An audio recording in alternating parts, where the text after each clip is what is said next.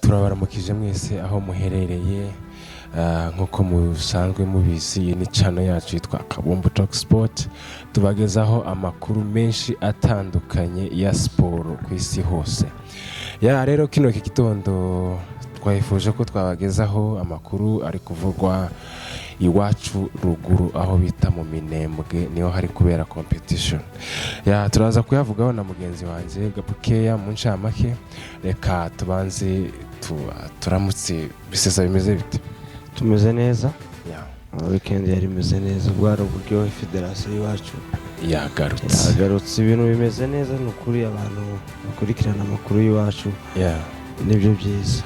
Ni nkuko rero iwacu nyine ni iwacu, kandi naho ntitugomba kuhibagirwa, tugomba kuzaza tugira gutya tukanyarukira tukareba uko byifashe naho, kandi abantu batangira bakunde competition z'iwacu, batangira banazikurikirane kugira ngo natwe akugiza twirirwa twogeza cyangwa se tuvuga amakuru yo mu bindi bihugu. So ni wacu rero tugomba kuhitaho naho tukahagera kugira ngo tuzatumenyesha abantu nubwo turi mu mahanga, ariko nyine tubamenyeshe uko bimeze.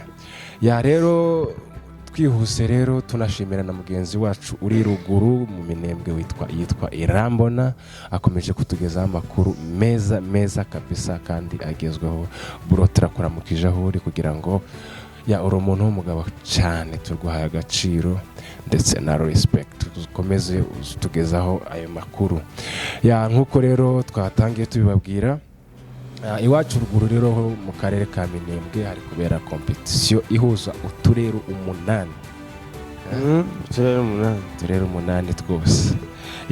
Hari match rero zakinwe kuwa gatandatu niho zatangiye, siko muraza kutubwira gifana ese harya ngahera kuri wowe utubwire ni yihese. Muzukuri murakoze cyane. Irambona Boniface, igitondo cyiza mu Minembwe. Yego, Imana ikugiriye neza kabisa, kandi ikomeje kuduha amakuru. Ni umunyamakuru wa Kabumbu Talk Sport, atubereye mu Minembwe. Kubera ikoranabuhanga ritaragera iwacu, urumva biba bigoranye cyane kugira ngo sinkizi za Premier League ngura sacinga cyangwa se urebe kuri chaîne runaka, urebe basi highlight cyangwa se urebe live, ariko nyine bizagenda bikunda ni iwacu, kandi twe bari no nitwe tuzojanayo iterambere cyane. Hanyuma irushanwa ryatangiye ni posho, nigo ryatangiye gusa. Habaye match zibiri ni posho. Yego, habaye match zibiri. Kabingo yaje gupigana Karingi. Kabingo iza kuraza ikirazo kimwe kubusa. Ubwo abakunzi ba Kabingo hejuru cyane babashe gutsinda Karingi. Karingi nayo itegereze returu. Karingi nayo itegereze returu, wende zoja kuraza mu byukuri. Abanyakaringi turabaramukije n'abanya yaraye kubiswe. Hanyuma hari indi match yaje kuba, Marango yaje gupiga n'indi kipe bita ngo ni Muriza. Marango ije kuraza ibirazo 3-1. Yayikoreye igitangaza. Ibanza ari Man City iri neza. Ubwo abakunzi ba Marango muzukuri, match ya mbere baje kuraza ibirazo 3.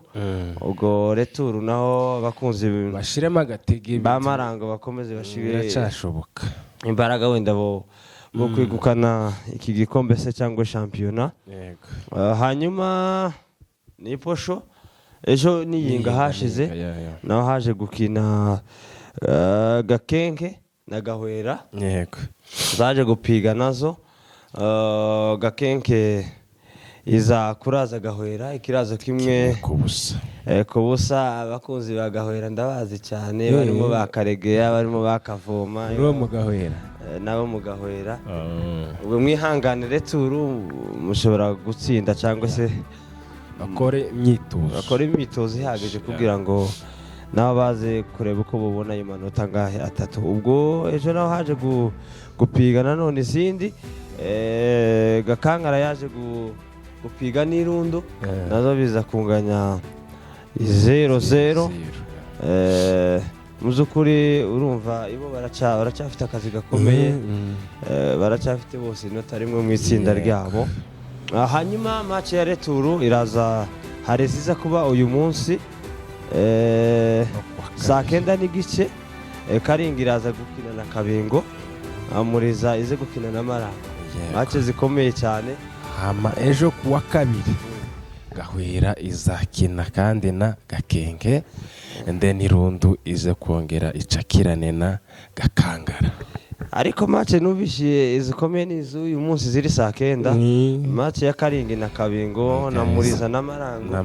Marango twabonye yaje kuraza ibirazo 3-1 cyane.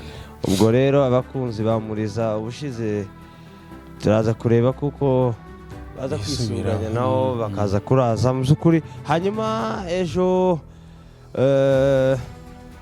kuwa kabiri nawe waje kubivuga ko Gahwera izakina na Gakenke, hanyuma Irundu izaza gukina na Gakangara. Mu by'ukuri ese sinibaje impamvu none tutabonye mu Materi Day. Wenda ni mu kandi karere, urashaka ko iri mu kandi karere, ndabizi ko Materi Day ariko Irundu igira abafana benshi. Nanje niyo nzafana Materi Day. Ozo fani reka nifanire Marango. Nubwo nazo mu Minembwe cyane, ariko reka nifanire Marango yanje ejo izakorana Muriza. Hanyuma harimo kwifashishwa ibibuga bibiri, yego, mu Kinyamurenge cyiza, amatera abiri, amatere cyangwa amateri tutaje kuvuga amatera tukisanga. Icyambere ni ngo ni New Hope. Ikibuga cya Gakangara nizo bari gupigiraho. Mu by'ukuri muri kumva kuko irushanwa ry'iwacu riba rimeze neza, riba riryoshye. Mu by'ukuri turaza no kubashyiraho amafoto kugira ngo murebe ukuntu ibiro zari bimeze. N'ubutaha none tuba ama highlight ya video, nubwo ikibazo cya network gikomeje kutubera imbogamizi, ariko turabashishikariza kugira ngo mukomeze mukurikirane amakuru y'iwacu. Tunashimira kandi Boniface uririya umurenge wacu Minembwe gukomeza tugezaho izo update zose. N'abakunzi rero bakabumva Talk Sport mukomeze mutube hafi kugira ngo muze mubasha abantu mukundi wacu mukundi iwacu kurusha uko dukunda Abongereza.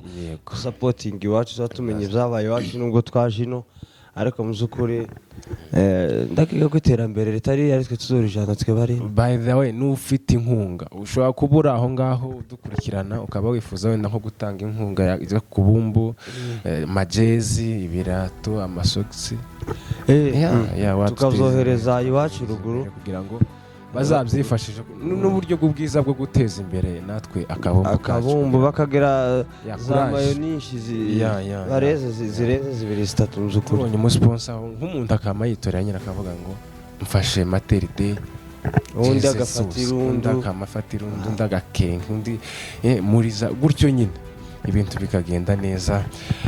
Ndakeka bisetsa ari nk'ayo makuru y'iwacu. Mu by'ukuri ayandi ziri bupige none tugenda tubagezaho ukuntu zagiye tuzabagezaho result z'ukuntu amakipe yongeye kwitwara. Turashimiye twese mwebwe mwese mwakomeje kudukurikirana. Iyi ni ya channel yanyu ibagezaho amakuru meza kandi yizewe. Ni handi wayasanga ni hano ku Kabumbu Talk Sport. Mugire intangiriro z'icumweru ciza, Imana ikomeze ibane namwe. Shalom.